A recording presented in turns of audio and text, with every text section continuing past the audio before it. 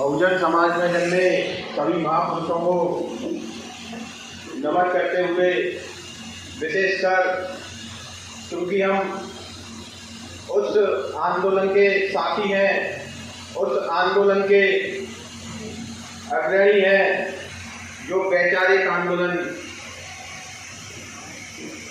इस देश में महात्मा बुद्ध के द्वारा चलाया गया था। इसलिए विशेष नमन हम महात्मा बुद्ध को करते हैं, विशेष नमन बाबा साहब को करते हैं। और जिस तरीके से आज़ादी के बाद इस देश में बाबा साहब के दर्शन को बुलाने का काम किया गया, फिर इस देश के अंदर एक महामानव पैदा हुआ और जिसने इस देश में बाबा साहब के दर्शन के साहित्य की पुनर्स्थापना की। ऐसे हम मानवर काशीराम साहब को नमन करते हैं और मध्य प्रदेश के काशीराम सुखलाल कुशवाहा को हम नमन करते हैं। इसी के साथ मंच पर आसीन हमारे आज के अतिथिगण, मुख्य अतिथि, विशेष अतिथि अध्यक्षता कर रहे हमारे आदरणीय हरिश्चंद्र पिपरिया जी, और इस कार्यक्रम में उपस्थित आप सभी साथियों को क्रांतिकारी सलाम करता हूं। आपको जय भीम मैं कहता हूं। दोस्तों, क्योंकि आज पेरियार रामास्वामी नायकर साहब का विषय है, आज भगत सिंह जयंती के बारे में परिचर्चा होनी है, आज पूना पैक्ट धिक्कार दिवस पर आज चर्चा होनी है। इसी के साथ जो देश में जातिगत जनगणना का मुद्दा है, उस मुद्दे पर आज चर्चा होनी है। एक बात इस मंच से मैं ये कहना चाहता हूं कि हम जो साथी हैं, हम जो लोग हैं, वो लोग हैं जिनकी क्रांति से, जिनके संघर्ष से जातिगत जनगणना का मुद्दा इस देश के अंदर बहुत बढ़ चढ़कर बोल रहा है। हर एक राजनीतिक पार्टी को जातिगत जनगणना के मुद्दे पर अपना स्टैंड क्लियर करने के लिए मजबूर होना पड़ रहा है। वही कारण है कि आज बिहार की राजनीतिक पार्टियों को जातिगत जनगणना के मुद्दे पर एक मत होना पड़ा। और ये बहुत खुशी की बात है कि ये मुद्दा ग्वालियर के ओबीसी महासभा, हमारे मामा श्री बैठे हुए हैं, उनका बहुत संघर्ष है, लखपत सिंह किरार जी और धर्मेंद्र जी, विजय जी, हम बहुत साथ में इस मुद्दे को लेकर चलते हैं। और जब पूरे देश में इस मुद्दे की बात नहीं होती थी, जब हमने ग्वालियर से इस मुद्दे को उठाना चालू किया था, आज पूरे देश का मुद्दा है। ये आप लोगों के संघर्ष का, आप लोगों के साथ का नतीजा है। महात्मा फुले साहब का यहाँ चित्र लगा हुआ है और महात्मा फुले आज जो भी कुछ है वो सावित्रीबाई फुले की वजह से हैं। सावित्रीबाई फुले का एक स्टेटमेंट है कि लोग मुझ पर कीचड़ और पत्थर फेंकते गए और मैं इस देश की बच्चियों को पढ़ाते हुए चली गई। असल में यह नाम लिखा है ना भगत सिंह, 2 दिन बाद इनकी जयंती है। आप कल्पना कीजिए कि 23 साल का जो युवा जिसको फांसी होती है इतनी कम उम्र में, उसके ऊपर आज एक लेख छपा है नई दुनिया में, उसमें स्पष्ट लिखा है कि वो कितनी किताबें पढ़ता है और किन किन विचारकों को पढ़ता है। दुनिया के हर एक उस विचारक को पढ़ता है जिसने इस दुनिया में क्रांति की है, जिसमें मार्क्स और लेनिन प्रमुख हैं। मरते दम तक वो लेनिन को पढ़ते हैं। लेनिन की क्रांति आपने सुनी होगी, रूस में पूरा समाजवाद को स्थापित किया उन्होंने। मेरा कहने का तात्पर्य बस इतना है कि सावित्रीबाई फुले की जो शिक्षा क्रांति थी उसको भगत सिंह ने अपनाया और उन्होंने कितनी बड़ी क्रांति देश के अंदर कर दी। लेकिन दुर्भाग्य है कि देश की सरकार आज तक उस व्यक्ति को शहीद का दर्जा नहीं दे पाई। ये प्रमुख मांग इस मंच से हमारी होना चाहिए कि शहीद आजम भगत सिंह को ऑफिशियल तौर पर इस देश की संसद में प्रस्ताव पारित करके इन्हें शहीद का दर्जा दिया जाए। एक नाम और है पेरियार रामास्वामी जी का। असल में हम जिस वैचारिकता के आंदोलन की विरासत के लोग हैं, चाहे वो महात्मा गौतम बुद्ध के द्वारा चलाई गई हो, चित्र लगे हुए हैं, बाबा साहब महात्मा फुले के द्वारा आगे बढ़ाई गई हो। असल में इस देश के अंदर 2 पैरेलल सिस्टम चले हैं। एक सिस्टम चला था बंगाल से जो धार्मिक सुधार चाहता था, और एक सिस्टम चला था महाराष्ट्र से जो सामाजिक सुधार को सर्वोच्च मानता था और देश की तरक्की सामाजिक सुधार के तरफ से देखता था। और उसके प्रमुख अंग पेरियार रामास्वामी हैं, जिन्होंने धार्मिक पाखंड को एक तरफ रखकर देश में सामाजिक क्रांति की वो पराकाष्ठा स्थापित की, जिसके कारण आज हम उस पाखंड के खिलाफ यहाँ से बोल पा रहे हैं और अपने अधिकारों के लिए लड़ पा रहे हैं। पूना पैक्ट धिक्कार दिवस, वो तो सब लोग जानते हैं, उस पर बहुत बड़ी बड़ी चर्चाएं होती हैं। जिस तरीके से बाबा साहब को मजबूर किया गया, जिस तरीके से बाबा ने दलित और पिछड़ों के अधिकारों के लिए, आदिवासियों के अधिकारों के लिए संघर्ष किया, उसको कैसे दबाया गया, वो हम हर साल मनाते हैं। लेकिन आज जो महत्वपूर्ण विषय है जातिगत जनगणना का, वो हमें समझना होगा कि देश की सरकार क्यों नहीं कर पा रही है। असल में 2014 में, कम समय में बस 2-3 मिनट और बोलूंगा, फिर उसके बाद अपनी बात समाप्त करता हूँ। कुछ टेक्निकल पॉइंटों पर बात करना जरूरी है, जिस पे हमें समझना होगा कि हर मंच से जहां जहां हम बोलें, उस मांग को हम, उस बात को प्रमुखता से वहां रखें। असल में 2014 में जब नरेंद्र मोदी जी की सरकार बनती है, बड़े बड़े वादे किए जाते हैं। उससे पहले 2013 में एक फिक्की का अंतर्राष्ट्रीय अधिवेशन होता है, जब नरेंद्र मोदी गुजरात के चीफ मिनिस्टर होते हैं और उस फिक्की के अधिवेशन में बोलते हैं कि अगर 2014 में हमारी सरकार बनती है तो हम वर्ल्ड बैंक के, विश्व बैंक के उन प्रावधानों को भारत में लागू करने का काम करेंगे जो निजीकरण के लिए जरूरी है। इसलिए सबसे पहले हमें अपने विरोध में उस विश्व बैंक का विरोध करना चाहिए, जो भारत की सामाजिक और आर्थिक दुर्गति के लिए ज़्यादा जिम्मेदार है। लेकिन हम कहीं से भी विश्व बैंक का विरोध नहीं करते हैं। आप देखिएगा, हमारे लोग, हम आरक्षण के लिए लड़ रहे हैं, हम आरक्षण के लिए लड़ रहे हैं, और एक वो लोग हैं जो आरक्षण खत्म करने के लिए लड़ रहे हैं।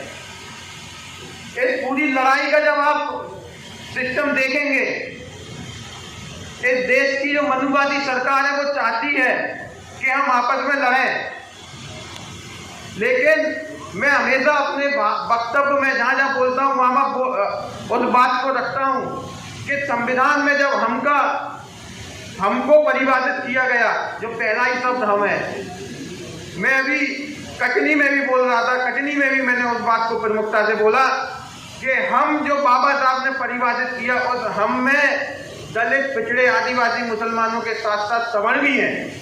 और महात्मा फुले का एक स्टेटमेंट है जो सामाजिक न्याय की लड़ाई में हमारे साथ हैं, आप उसे स्वीकार कीजिए। मैं ये नहीं कह रहा कि आप सवर्णों को स्वीकार कीजिए, मनुवादियों को स्वीकार कीजिए, लेकिन इस लड़ाई से बचते हुए जो इस देश के मुख्य मुद्दे हैं, जैसे जिस तरीके से सरकार ने लिटरल एंट्री के जरिए सैकड़ों IAS बनाने का काम किया और दलित पिछड़ों को उससे वंचित करने का काम किया, और हम आरक्षण को बचाने की लड़ाई में लगे रहे, जबकि निजीकरण के माध्यम से इस देश में पूर्ण रूप से आरक्षण खत्म करने का प्रावधान कर दिया गया। अभी परसों उत्तर प्रदेश PCS की परीक्षा के नतीजे आए हैं, जिसमें 2 सीट थी EWS की, आर्थिक रूप से जो आरक्षण है। 15 सीटों में से 2 सीट थी, जिसमें 6 सीट मतलब 40% आघोषित उन्हें आरक्षण दे दिया गया, और हमारे लोग फेसबुक पर उसका विरोध करते रहे। जरूरी है विरोध करना, लेकिन अहम लड़ाई जो है इस देश में सिस्टम को बदलने की है। इस देश का जो हम संविधान को बचाने की बात करते हैं, असल में इस देश की जो मनुवादी सरकार है ना, वो इस देश के संविधान का बहुत अच्छे तरीके से पालन करती है, जितने अच्छे तरीके से हमारे लोग नहीं कर पाते, और हम यहाँ संघर्ष की बातें करते रह जाते हैं। वही कारण है कि इस देश में सबसे ज्यादा शोषण के शिकार हम संविधान को बचाने की लड़ाई के बावजूद भी हो रहे हैं। लेकिन जिस तरीके से पहले दलितों को मारा गया, पिछड़ों को मारा गया, मुसलमानों को मारा गया, आदिवासियों के जंगल छीने गए, आप सोचिए जंगल तक निजीकरण कर दिए गए। हम बात कर रहे हैं इस देश को बचाने की, संविधान को बचाने की। असल में हम संविधान को भी जब बचा पाएंगे जब इस देश का सिस्टम को हम बदलने का काम करेंगे। इस देश की मनुवादी सरकार को जो विश्व बैंक के एजेंडा यहाँ चला रही है उसको बदलने का हम यहाँ काम करेंगे।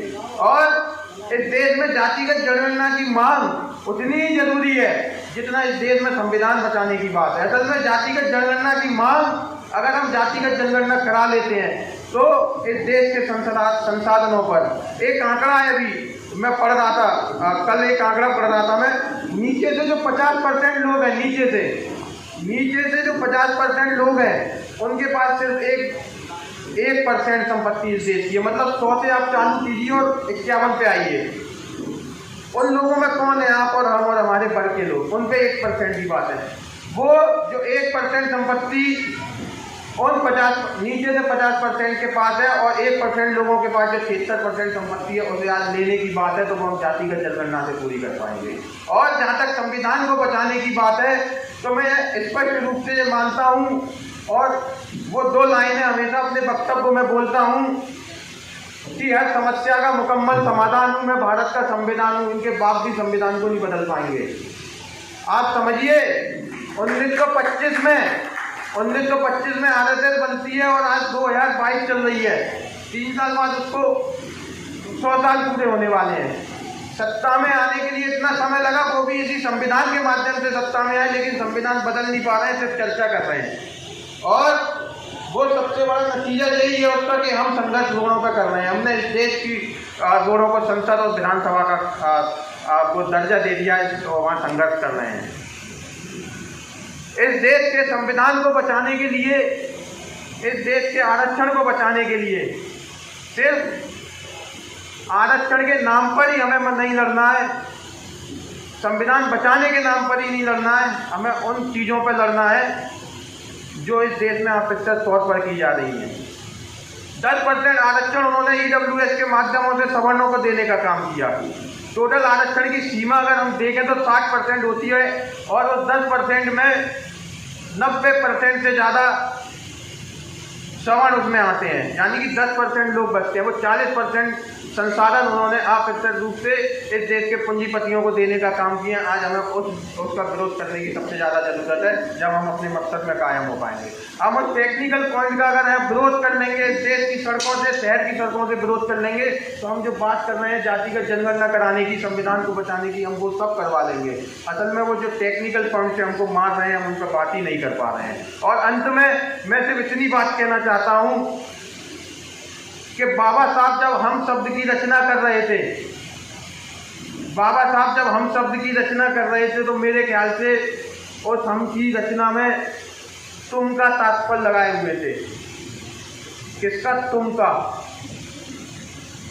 वो एक बात मेरे हिसाब से, आप अगर सहमत हो तो उस पर राजी जरूर होइएगा, मेरे हिसाब से वो ये बात जरूर सोच रहे होंगे कि जब इस देश की सड़कों पे, इस देश में, इस देश की संसद में, इन राज्यों की विधानसभाओं में, विधायिकाओं में जब महिलाओं की, दलितों की, पिछड़ों की, मुसलमानों की आबरू को उतारा जाए, उनको बर्बाद करने के काम किए जाए, संविधान बदलने की बात की जाए, तुम्हारे अधिकार छीनने के काम किए जाए, तुम्हारे जंगल बेचे जाएं, जल जंगल जमीन की लड़ाई हम इस देश के अंदर लड़ रहे हैं, तुम्हारे संसाधन 1% लोगों के पास जो चले गए हैं वो चुनिंदा लोगों को देने का काम किए जाएं, तो एक बात जरूर ध्यान रखना, वो हम जो है उसका तात्पर्य तुमसे लगाना। बाबा साहब क्या कह रहे थे मेरे हिसाब से, क्या उस हम का तात्पर्य तुमसे लगाना, और तुम भारत के लोग, कौन? तुम भारत के लोग जो संघर्ष इस देश में कर रहे हो संविधान बचाने के लिए, आरक्षण बचाने के लिए, देश बनाने के लिए,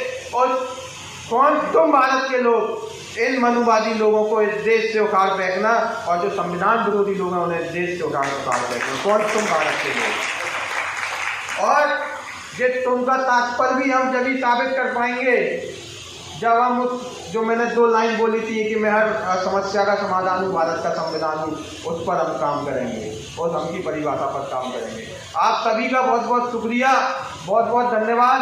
और अंत में एक नारे के साथ मैं यहाँ से विदाई लूँगा। हमारा संघर्ष जिंदाबाद, हमारी एकता जिंदाबाद, जिंदाबाद जिंदाबाद, हमारा संविधान जिंदाबाद, जिंदाबाद जिंदाबाद, मनुवाद भारत छोड़ो, भारत छोड़ो, भारत छोड़ो, ब्राह्मणवाद भारत छोड़ो, भारत छोड़ो, भारत छोड़ो। जय जय जय जय जय भीम, जय भीम, जय भीम, जय ज्योति जय भीम, जय ज्योति जय भीम। धन्यवाद।